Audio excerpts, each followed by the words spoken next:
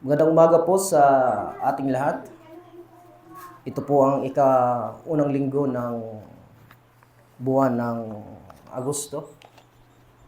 At maluwalhati ang Diyos sa ating lahat. Bago tayo magsimula sa ating sermon sa umagang ito, tayo ay manalangin. Panginoong Diyos na makapangyarihan sa lahat, hinihingi namin ang iyong patnubay sa pakikinig at pagbahagi ng iyong salita. Patuloy o Diyos na loobin mo na maintindihan namin ito, ang lalim sa aming kaibuturan, ang aming mga puso. At patuloy o Diyos na ito ay magrema, patuloy o Diyos na ito ay magkaroon ng bunga sa aming mga buhay. At tulungan niyo po kami sa linggong ito na patuloy o Diyos na ikaw ang maluwalhati at madakila sa aming mga buhay. Pinupuri ka namin at pinasasalamatan, itinataas ang iyong pangalan sa pangalan ng iyong anak na si Jesus. Amen. Parang natunog yung ano ba yan?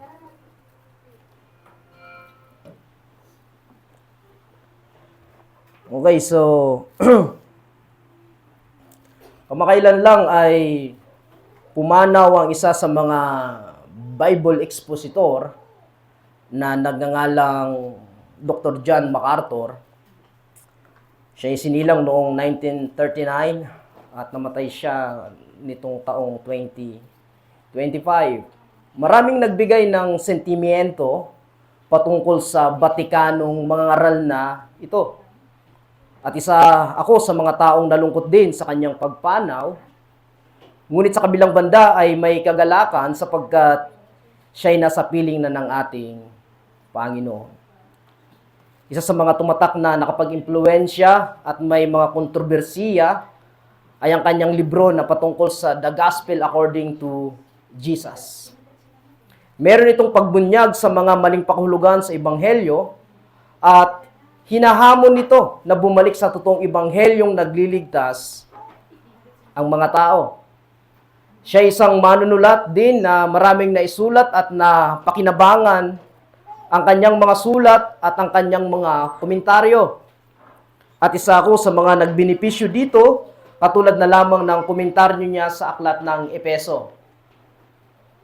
At hindi lang yon, ang kanyang mga sermon ay na ibinabahagi, ito'y tumatak at masasabi kong isa siyang mga ngaral na hindi kinukompormiso ang salita ng Panginoon. Ipinagdidiinan niya sa kanyang sermon ang katiwalian ng simbahang Katoliko, ang maling praktis ng mga Pentecostal at ang maging mga extreme na katuruan. Ang kanyang kamatayan ay hindi katapusan ng ministeryo ng pagbabahagi ng salita ng Diyos. Marami ang umusbong ng mga mangangaral na ngayon na mga biblical preacher din. At masasabi kong malaki ang impluwensya niya sa mga ito. At isa din ako sa mga na-impluwensyahan niya at marami din akong natutunan sa kanya at marami pa din susunod sa yapak ng pagiging mangangaral ng Diyos. Natapos ang kanyang misyon dito sa lupa at ang iglesyang ipinagkatiwala sa kanya ng Diyos ay kanyang naihanda. Maraming naging pastor at mga manggagawa na disipulo sa ministeryong ipinagkatiwala sa kanya. Ngayong umaga tayo ay nasa huling bahagi ng aking serye sa sulat ni Pablo sa Epeso. Ating tunghayan ang kanyang benediksyon, may tagubilin sa huling pahina ng kanyang sulat sa Epeso. Merong pagtatalaga at pag-ordina na makikita tayo sa sulat at lalo na alam niyang siya'y malapit na din pumunta sa gloria. At ang kanyang benediksyon ay pagpapala, pagpapaalala at paghahanda. Marahil lahat siguro ng pastor ay katulad din ang nais bago nila lisanin ang mundong ito. Sa ating pagtunghay sa huling serye sa sulat ni Apostol Pablo sa mga taga-Epeso, akin itong pinamagatang ang huling benediksyon ng apostol sa simbahan ng Epeso. Pero bago tayo dumako doon, ay basahin natin ang scripture for today. Babasahin ko po sa English translation, dito po sa Ephesians 6, chapter 6, verses 21 to 24. Sabi po dito, so that you also may know how I am and what I am doing, Tychicus, the beloved brother and faithful minister in the Lord, will tell you everything. I have sent him to you for this very purpose, that you may know how we are, and that he may encourage your hearts. Peace be to the brothers in love with faith from God the Father and the Lord Jesus Christ. Grace be with all who love our Lord Jesus Christ with love incorruptible. Dito sa Tagalog ay, si Tychicus na mahal nating kapatid at tapat na lingkod ng Panginoon, ang magbabalita sa inyo ng lahat ng bagay tungkol sa aking kalagayan at ginagawa. Kaya't isinusugo ko siya sa inyo upang malaman ninyo ang aming kalagayan at upang palakasin ang inyong loob. Naway ipagkaloob ng Diyos Ama at ng Panginoong Hesukristo sa lahat ng mga kapatid ang kapayapaan at ang pag-ibig na kalakip ng pananampalataya. Ang kagandahang loob ng Diyos ay sumainyong lahat na umiibig ng walang maliw sa ating Panginoong Hesukristo.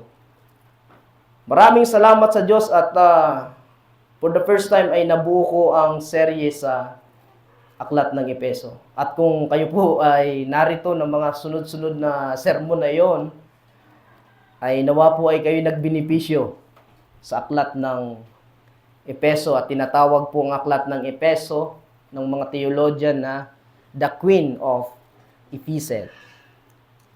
Ang unang pagbati ng apostol sa mga taga-Epeso, nagsisimula ito sa grasya. Okay? Sa grasya. Makikita natin, pag sinabi natin grasya at sa salitang Griego, ito ay charis, at kapayapaan ay sumainyo. At ito'y dulot lagi ng ibanghelyong tinanggap nila mula kay Kristo at ang kanyang mensaherong si Pablo. Ipinapakita dito ng apostol na ang pinagmula ng lahat at kung bakit sila naging iglesia ay nagsimula sa biyaya. At ginamit na kasangkapan ng biyaya o means ang mensahe ng ebanghelyo sa pamagitan ni Apostol Pablo. Makita din natin na sa kanyang unang pagbati o yung tinatawag na salutation ay gumamit siya ng persona. Sabi niya doon, mula kay Pablo, na apostol ni Kristo Jesus ayon sa kalooban ng Diyos, at sa kanyang huling pagbibinediksyon, makikita natin na sinimulan niya ito sa isang persona ulit.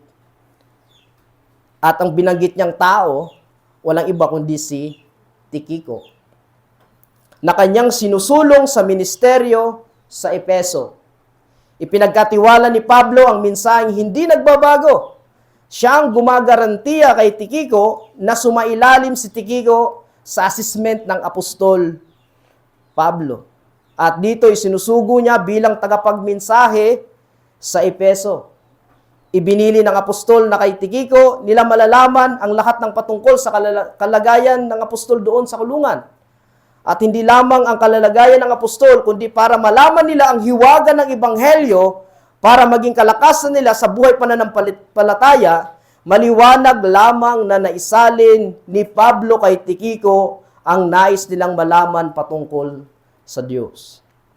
Meron siyang nadisipulo, sa madaling salita. Hindi sila pinabayaan ng Diyos. Meron pa ring tatayo sa iglesia ng Epeso na ihanda na siya ni Apostol Pablo itong si Tychicus.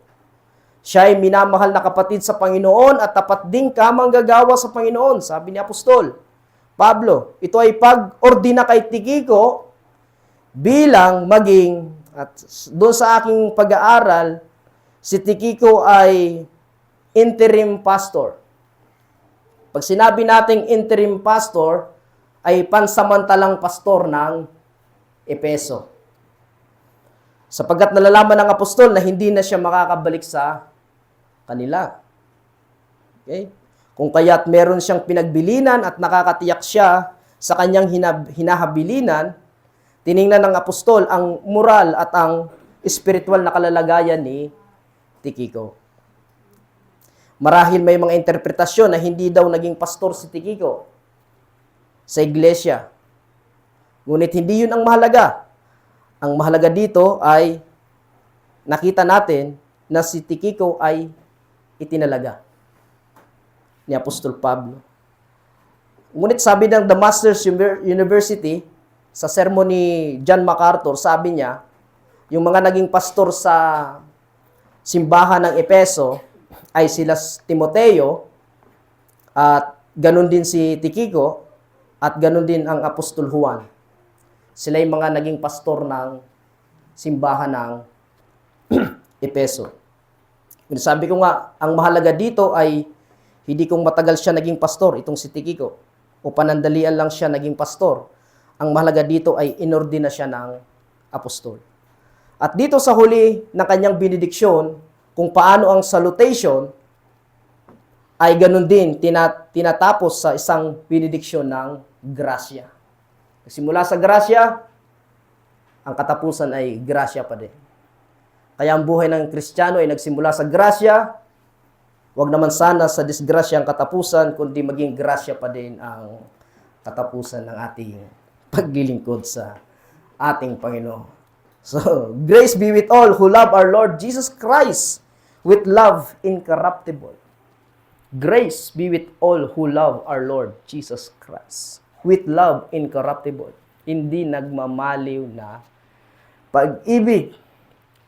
At ang totoong pag-ibig sa Panginoon ay pagbuklo din sila at lumago sila sa paglilingkod sa Panginoon. Ulitin ko, ang pamagat po ng ating pag-uusapan o ang sermon na ito ay ang huling benediksyon ng apostol sa simbahan ng Epeso. At may dalawang bagay lamang ako na nais na ibahagi sa umagang ito patungkol dito.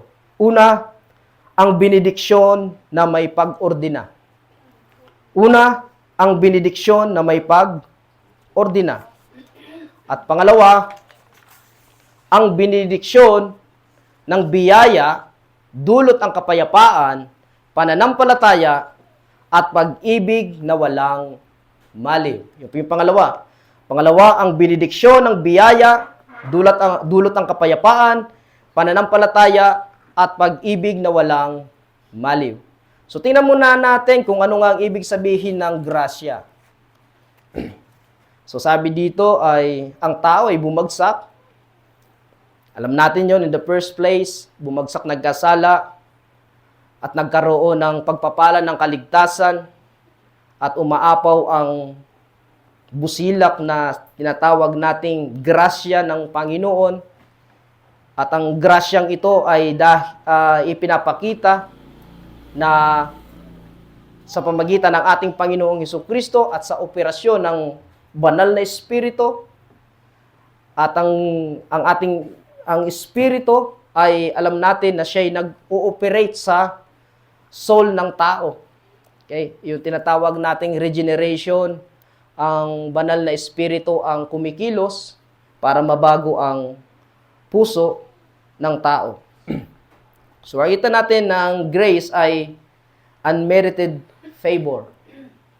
Kita natin na ang grace, yung term na grace ay hindi ka karapat-dapat, pero ibinigay sa iyo.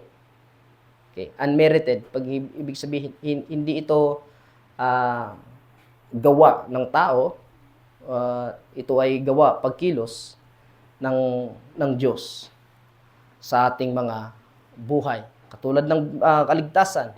Kaligtasan ay hindi gawa ng tao, kundi ito ay gawa ng Diyos. So, yung grace ay tinatawag nating biyaya dahil ito ay biyaya talaga. Ipinagkaloob. Hindi mo ito pinagsikapan at hindi mo ito in-earn para makuha, kundi dahil sa gusto ng Diyos na maranasan mo, ay pinagkaloob sa sa iyo na hindi ka karapat dapat. Kaya nga ang tao na nakatanggap ng biyaya ay hindi nagmamayabang. Hindi na sinasabi na ako ay naligtas dahil ako ay gwapo, ako ay pogi. Yung lagi kong naririnig sa bahay, ako ay pogi. Hindi ka naligtas dahil ikaw ay pogi. Ikaw ay naligtas dahil sa biyaya ng ating Panginoon. Hindi ka naligtas dahil ay maganda kasi ako, kaya ako ay naligtas. Alam mo naman, ako lang pinakamaganda dito, yung para kaya ako naligtas. No, hindi sa ganoon. Ikaw ay hindi karapat dapat. At ang totoo, ikaw ay pangit dahil ikaw ay makasalanan. Pero ipinagkaloob sa iyo ang biyaya ng Diyos. Naintindihan po ba natin? Yun po isa mababaw po na napakahulugan. So tingnan natin yung unang punto dito sa bagay na ito. Unang benediksyon na may pag-ordina at pagpapakatibay sa pananampalataya. Yung pala yun. Magkasama pala yun. Unang benediksyon na may pag-ordina at pagpapakatibay sa pananampalataya. Ang pagproklama ng pagpapala ng apostol sa simbahan ng Efeso, mapapansin natin, pag sinabi nating benediksyon, ito ay pagpapala. Okay? Ang pagproklama ng pagpapala ng apostol sa simbahan ng Efeso, mapapansin natin na sa sulat ng apostol sa iglesyang ito ay may kasamang pag-ordina, bagamat hindi ganun kapurmal. Pansin natin kasi pag sinabing ordination, sino yun dito mga inordain? Maging deacons, pinapatawag yung alin? Yung head, di ba? Tapos, binabasbasan kita na ikaw ay deacon. Okay. So, binabas kita para maging pastor. Dito, kita natin, pinaagi ni Apostle Paul sa sulat. Okay? Pinakita niya sa pamagitan ng pagsulat niya.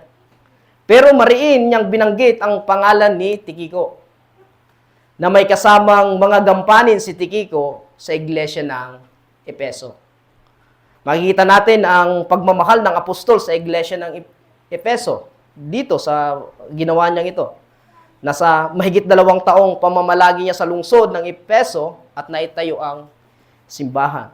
Makikita natin ang sakripisyong ginampanan ng apostol para sa kanila. Kaya naman parang anak na minamahal ang turing ng apostol sa kanila. Napakagandang halimbawa ito para sa mga iglesyang ipinapakita dito ang pagpapakumbaba ng isang lider katulad ng apostol Pablo. Kanyang isinaalang-alang dito ang kapakanan ng mga mananampalataya sa Efeso. Kanyang tinitiyak din ang kanilang pagpapakita ng pagsunod sa kanya ay maging ganun din sila kay Tikiko. Inilarawan niya na si Tikiko na kanyang sinusugo sa kanila ay kapatid sa Panginoon na ang pakahulugan nito ay kasama din siya sa paghihirap na nararanasan ng apostol sa kulungan. Nasaksihan ni Tikiko ang mga pangyayari sa loob ng kulungan, kaya't sinasabi ng apostol na kamanggagawa na tapat na naglilingkod sa Panginoon. Masaya ang puso ng apostol at buo ang kanyang pagtitiwala dito. At si Tikiko na kanyang isinusulong ay makikita din natin na handa din ang kanyang puso sa bagay na ito. Di natin nakita na sinabi dito ay ayaw ko. Hindi siya nagganon na ay iba na lang yung tawagin mo. Wag ako. Kundi malugod na tinanggap ni Tikiko ang paghabilin sa kanya ng apostol Pablo. Wala tayong nakitang pagtutol sa puso ni Tikiko. Hindi man lang siya tumanggi, tunay nga siya ay nakahanda sa gawain. Makita din natin na ang pangalang Tikiko ay 5 beses na nabanggit sa bagong tipan. Sa wikang Griego, siya ay si Tukakis. O nga, Tukakis ha. Pangalan ni Tikiko. O Tychicus. Which means, ang ibig sabihin po nun ay luck and fortune. Maswerte. Okay? Ang pangalang Tikiko. Kaya, pangalanan yung mga anak ninyo na Tukakis. Maswerte yun. At lagi siyang, yun ay, parang natutulog kasi iba. At lagi siyang ang isinusulong, lagi ng apostol sa mga gawain, tuwing gusto niyang makita si Titus o maging si Timoteo. Makikita natin na si Tikiko, hindi lang basta si Tikiko, kundi every time na umaalis gusto niyang makita itong dalawa niyang alagad, si Timoteo, ay syempre meron tong mga pinagpapasturan. O sasabihin ni Pablo kay Tikiko, ikaw na muna magkanto. Kay pataniyon ko si Timoteo.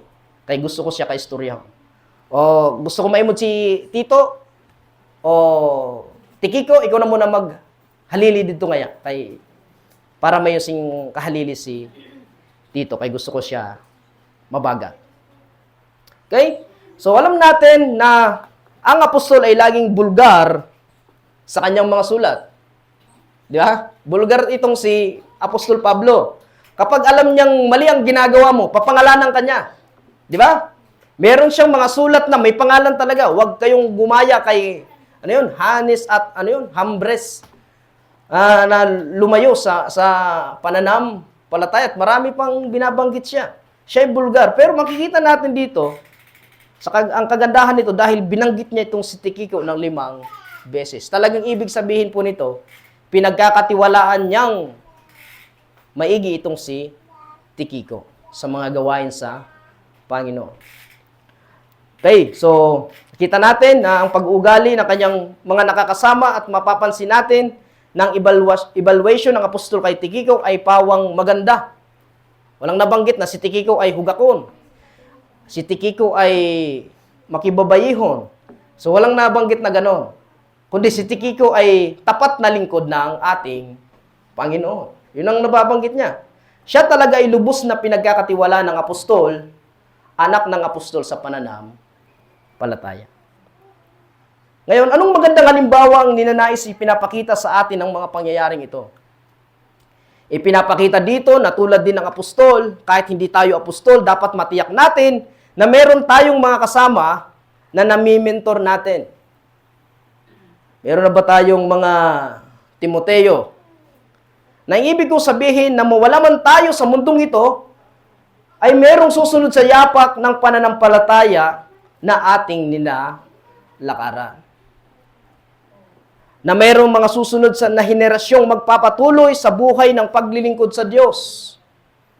Na tunay at tapat na maglilingkod sa Diyos, anuman ang mangyari. So sabi niya, mayroong isang preacher na ang pangarap niya sa kanyang anak ay hindi para maging isang abogado, o maging isang doktor, o maging isang inyero, ngunit ang gusto niya, kung siyang masusunod, gusto niya na maging isang misyonero. Nasabi niya, kapag ang anak ko, kapag ikay madapa, ako'y tatakbo at tutulungan kita. Makatayo at maiwagayway ang bandera ng Ebanghelyo ni Kristo. Sabi niya, wala na yatang mas masaya pang ama kung ang aking mga anak ay sumunod at tumayo at ipangaral ang salita ng Diyos saan man panig ng mundo. Pero ang katotohanan ito ay rare.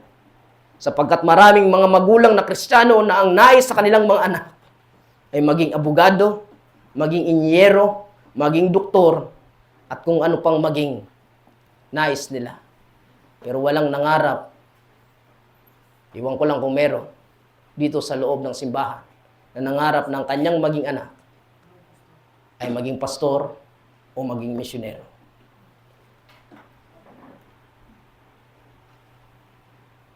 Hindi masama maging doktor. Don't make me wrong. Pero kung ang pinag-aralan mo ang maglalayo sa iyo sa Panginoon, sana hindi ka na lang nag-aral. Sana hindi ka na lang nakatapos kung mapapahamak naman ang iyong kaluluwa.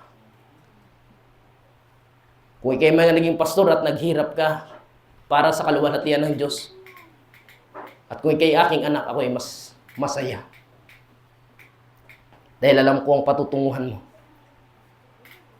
Ang buhay na walang hanggan, na hindi kayang bayaran ng anumang halagang salapi.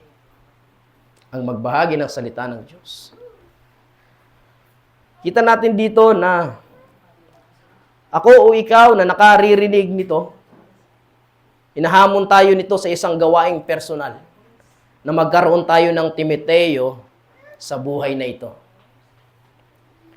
Kung ikaw ay seryosong mananampalataya at seryoso ka sa natanggap mong kaligtasan Dapat ang nais din ng iyong puso ay maibahagi mo din ang iyong natanggap na pagpapala sa Diyos. Ang tanong dito ay, mahirap ba itong gawin? Maganda ang pangyayaring ipinapakita dito. Si Tikiko ang magpapalakas ng pananampalataya nila. Isinugo siya upang maghatid ng balita. Nandoon siya upang patatagin sila at encourage sila ni Tikiko. Sana maraming tayong maging Tikiko sa loob ng iglesia. Na kung walang pastor ay may kahalili sa kanya sa pulpito. Tapat na magbabahagi ng salita ng Diyos at makapagpapalakas ng ating mga pananampalataya. Pangalawa, pinapakita ng halimbawang ito ng isang misyonero ay may mga pagkakataong iniiwan niya ang iglesia na kanyang pinaglaanan ng mahabang panahon. Sa pagkakataong ito, ako'y nakarelate sa bagay na ito. Nung panahong ako'y nasa misyon at nag-church planting, nandoon na mapapamahal ka sa mga tao doon.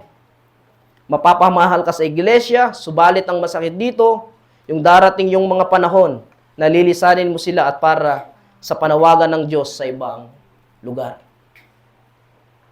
At para sa ikalalago ng gawain, ngunit salamat sa Diyos dahil nandun ang kanyang masaganang pagpapakita ng pag-asa at kumpiyansa sa Ebanghelyong ipinangaral sa kanila.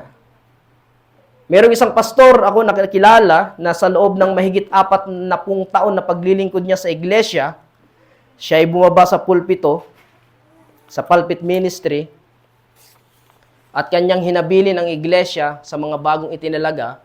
Ito'y pagpapakita po ng pagpapakumbaba at dahil yon sa panawagan ng Diyos sa kanya sa malaking gawaing pagbabahagi ng salita ng Diyos. Noong nakarang lang ay meron silang ikinasang konferensya na nakapag-edify ng kapwa mga manggagawa sa Panginoon. Kaya't ang ganitong prinsipyo ay pinapakita ito dito sapagkat ang masakit minsan na katotohanan sa iglesia kung ang isang lider ay nakatingin lamang sa kanyang posisyon.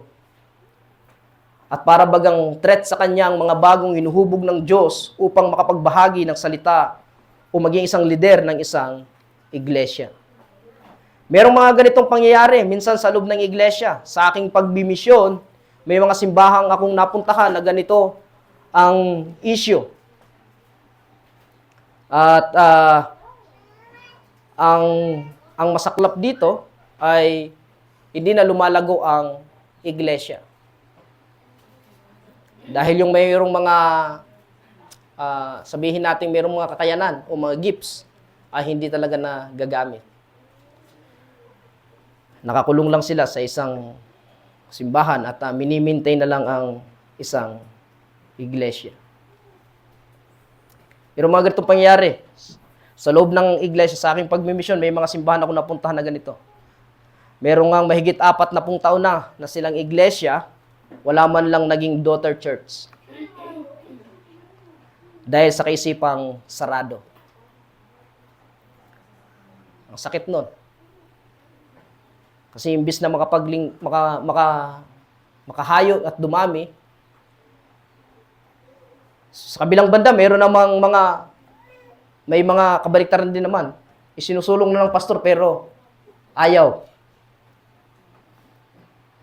Si tinatamad. Hindi natin alam kung tinatamad ba o siguro wala kasing nalalaman. Siguro kasi isa lang naman ang dun eh. Siguro hindi nakikinig. O kaya hindi talaga niya naintindihan yung kanyang pagiging Kristiyano. Kasi ang pagiging Kristiyano ay hindi lang umupo at makinig ng sermon. Ang pagiging Kristiyano ay ikaw ay maging kamanggagawa sa loob ng iglesia. Medyo masakit itong pakinggan. Pero ito yung katotohanan.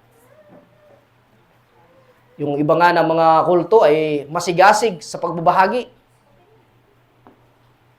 Pero itong mga nasa katotohanan ay nagkukuyakoy. Isi-isi ang buhay at sabihin ay bahala na hindi si Batman yung binanggit, bahala na si pastor. Ang pastor minsan ay nagiging si Superman. Pero hindi po dapat ganun ang disenyo.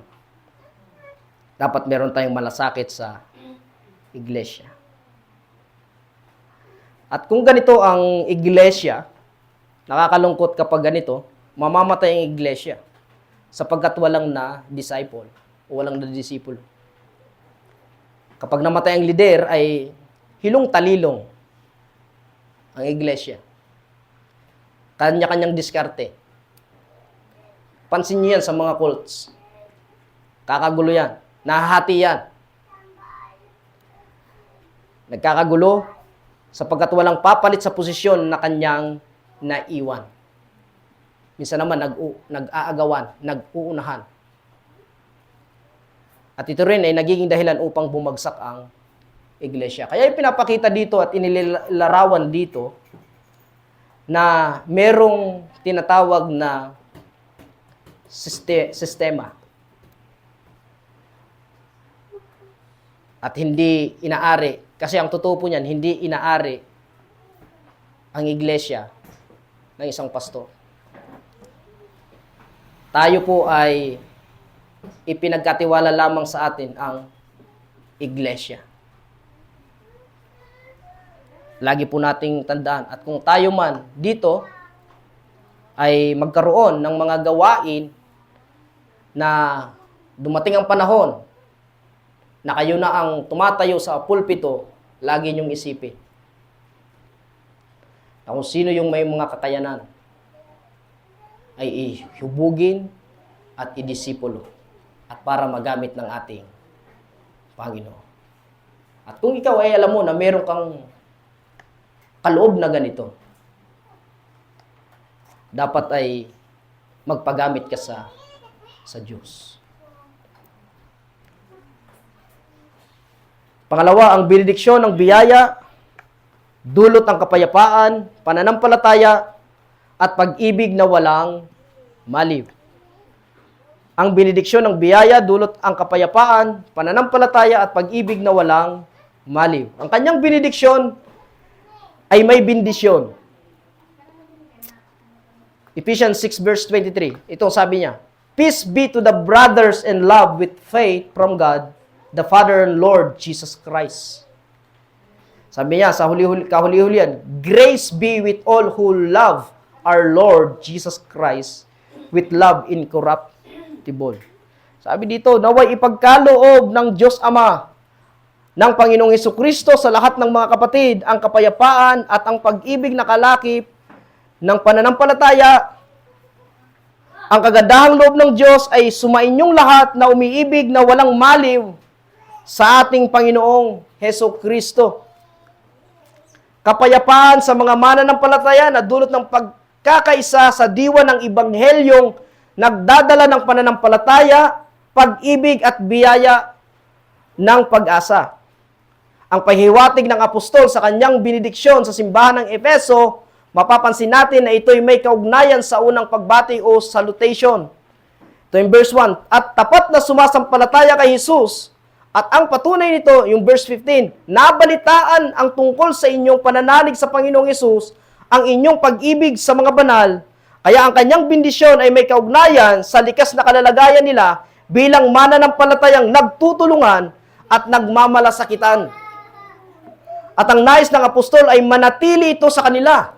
Verse 23, naway ipagkalob ng Diyos Ama at Panginoong Hesukristo sa lahat ng kapatid ang kapayapaan at ang pag-ibig na kalakip ang pananampalataya. Ang mga mananampalataya sa Efeso ay nagdulot ng kagalakan sa puso ng apostol Pablo. Verse 16, kaya nga sabi niya, walang tigil ang pasasalamat ko sa Diyos. At ito'y tanda na ang mga mananampalataya sa Efeso ay may matibay na pundasyon at ang dahilan nito ay ang Ibanghelyong kanilang narinig at ipinamuhay na nagresulta ng magandang kapakinabangan sa buhay nila sa espiritual. Napakahalaga ng pagkakaisa sa isang iglesia. Kung ang lahat ay nagkakaisa, siguradong may paglago, pag-usbong ang iglesia.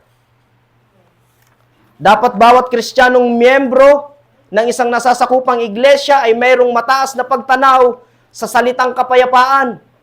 At bawat mananampalataya, hindi lamang kapayapaan, kundi kasama din ang pag-ibig sa kapwa mananampalataya. Paano ba naipakita ang pagmamalasakit sa kapwa mananampalataya? Paano ba ito isinasagawa? Naranasan mo na bang mag-extend ng concern sa iyong kapatid sa pananampalataya? Tinatanaw mo ba itong isang ministeryong dapat ginagampanan mo bilang isang mananampalataya? O nasanay ka na ikaw lagi ang pinagkikitaan ng ganitong uri ng pagtanaw ng iyong kapatid? At ikaw ay wala man lang sa iyong puso na magpakita din ng ganitong klaseng pag-uugali o baka naman meron ka, kaya nga lang nahihiya kang ipakita. Kung sa bagay na yan, hindi dapat ganyan ang iyong maging pag-iisip. Sapagkat ang Ebanghelyo ay namumulaklak ito ng magandang katangian sa buhay ng isang mananampalataya. Inaayos nito ang ating pag-iisip mula sa negatibong pananaw tungo sa liwanag ng positibong pag-iisip na makapagbibigay ng kapurihan sa Panginoon. At ang binabanggit din ng apostol sa kanyang benediksyon, ang salitang pananampalataya, mahalaga ito mga minamahal. Sapagkat kung bakit tayo nagpapatuloy ay siyempre sa biyaya, nakalakip nito ang pananampalataya. Sapagkat kung walang Kristiyanong makapagpapatuloy, kung walang pananampalataya.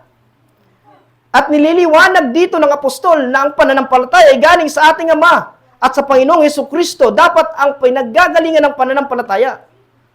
May mga mananampalatayang hindi nakakapagpatuloy sa pananampalataya sa kadahilan ng nawala ang galak sa pananampalataya. Natahuban sin mga alalahanin sa buhay. Paano nga ba humihina ang pananampalataya? Naobserbahan ba ninyo sa inyong sarili kung paano humihina ito sa ating mga buhay? Una, ay ang pagtugon sa kailangang pananalangin. Kung ang isang mananampalataya hindi mananalangin, siguradong siya may problema sa kanyang pananampalataya. At kung ang salita ng Diyos ay naging kabigatan na sa kanyang puso at hindi na ito kagalakan ang dala, siguradong may problema siya sa kanyang pananampalataya. At kung ang mga bagay na gawain sa isang iglesia ay kabigatan o ulang-ulang na lang sa kanyang buhay, malaki ang problema niya sa kanyang pananampalataya. May kaugnayan sa pagtitiwala sa Diyos. Ang benediksyon ay may kinalaman sa buhay ng mga mananampalataya. Kaya nga ang pagtanggap dito ay buong puso. Dito sa iglesyang ito, matapos ang pangangaral ng salita ng Diyos, tumatanggap tayo ng benediksyon. Tama po ba? Yun ay hindi lamang mga salitang pangwakas sa isang gawain, kundi yun ay pananalitang taglayin ang kapangyarihan nito. Upang makapagtagumpay sa isang linggo, may paghamon sa ating mga pananampalataya. Mapapansin natin dito na ang binanggit ng apostol dito sa kanyang benediksyon, ang kagandahang loob ng Diyos ay sumainyong lahat na umiibig na walang maliw sa ating Panginoong Hesukristo. Pansinin natin ang huling mga kataga na umiibig na walang maliw sa ating Panginoong Hesukristo.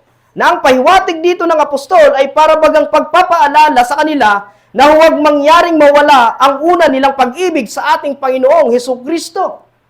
At makikita natin na napakahalaga ng salitang umiibig na walang maliw, ipinapakita dito na walang pagbabagong pag-ibig sa Panginoon. Kung paano nila minahal ang Panginoon noong una, ay maging ganun din hanggang sa katapusan ng kanilang paglilingkod sa Diyos. Malalaman natin na ang naging matibay ang pundasyon ng simbahang Efeso. Pinagpasturan ito na masasabi nating mga tapat na mga ngaral ng ating Panginoon. Subalit sa 7 iglesyang binanggit sa sulat ni Juan sa pahayag, may hinanakit sa kanila ang Panginoong Hesus. Pahayag 2:4, itong sabi, subalit may isang bagay na ayaw ko sa iyo. Ito sabi dito, iniwan mo ang una mong pag-ibig. Ang benediksyon ng apostol sa kanila ay may kaugnayan ito sa kanilang paglakad sa pananampalataya. Nakita nyo na ba ito? Kaya sila nabanggit sa pahayag. Nakita ng apostol ay pwedeng mangyari sa iglesyang ito. Kaya wala siyang tigil sa pananalangin at pagpapasalamat sa Diyos tungkol sa kanila. Meron din namang binanggit na magagandang bagay patungkol sa kanila ang Panginoong Hesus. Alam ko ang inyong mga pagpapagal at matyagang pagtitiis. Sinabi niya yon. Alam kong hindi mo kinukonsinti ang masasamang tao. Sinubok mo ang mga nagsasabing sila'y apostol at napatunayan mong sila'y huwad. Alam ko ring matyaga ka at nagtiis ng maraming hirap alang-alang sa akin. At hindi ka sumuko. At ito ang kanyang paalala sa kanila. Verse 5, alalahanin mo ang dati mong kalalagayan, pagsisihan mo at talikuran ang iyong masamang gawa at gawin mong muli ang una mong ginagawa. Kapag hindi ka nagsisi, pupunta ako dyan, alisin ko sa kinalalagyan ang iyong ilawan. Balikan mo ang una mong pag-ibig. Kahit na magtiyaga ka. Sabi ng salita ng Diyos din naman, di ba? Ang magtiyaga hanggang wakas ay siyang maliligtas. Pero ang mga nagtsatsaga hanggang wakas, kalakip yun nun ang pag-ibig sa Panginoon. Dahil hindi ka makapagtsatsaga hanggang wakas kung wala kang pag-ibig sa Diyos. Naging matatag ang iglesia ng Efeso. Kita natin. Pinakita natin dito. Matibay kung sa matibay. Marunong kung sa marunong. Pero naging problema ay ano? Ang pagkamuot sa kagurangan. Kaya nga sa benediksyon ng apostol, sabi niya, ang pag-ibig na walang maliw. Dininan niya yon. Kumbaga, nakita na ng apostol ang posibilidad na mangyari. At masasabi natin, ang simbahan ng Efeso ay matindi ang mga naging pastor. Diri mga murdoy-pudoy.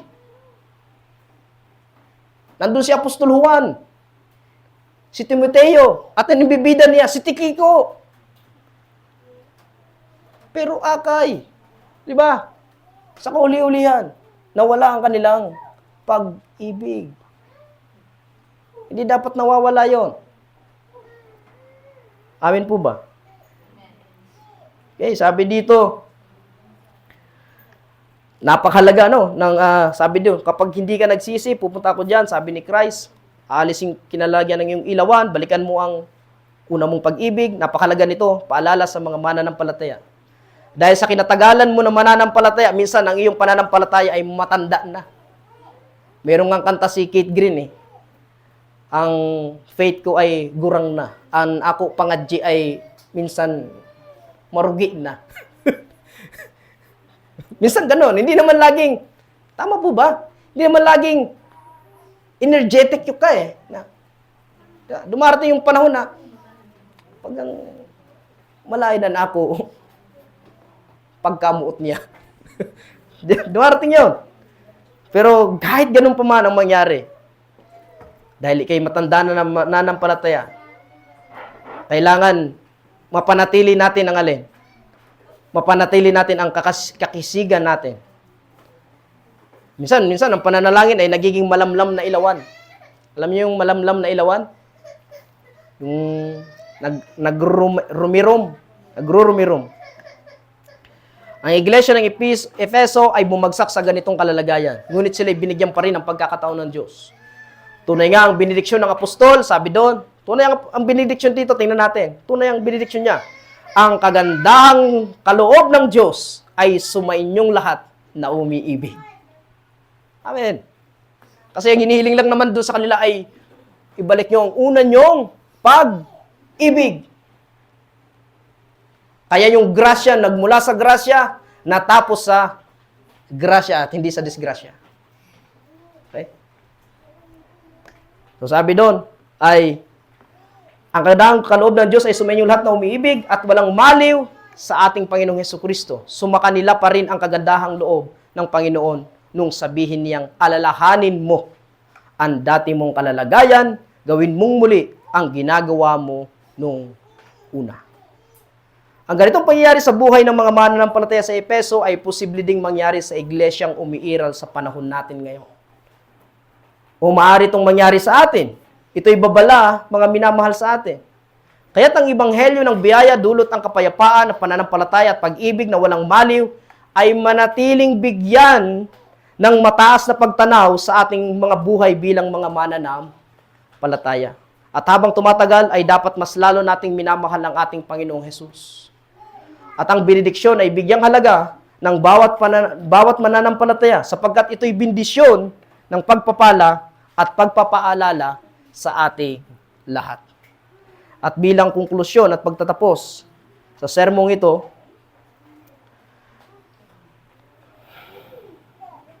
yamang narinig natin ang pangangaral sa bagay na ito patungkol sa huling benediksyon ng apostol sa iglesia ng Efeso, tanggapin natin ang prinsipyong itinuturo nito sa atin.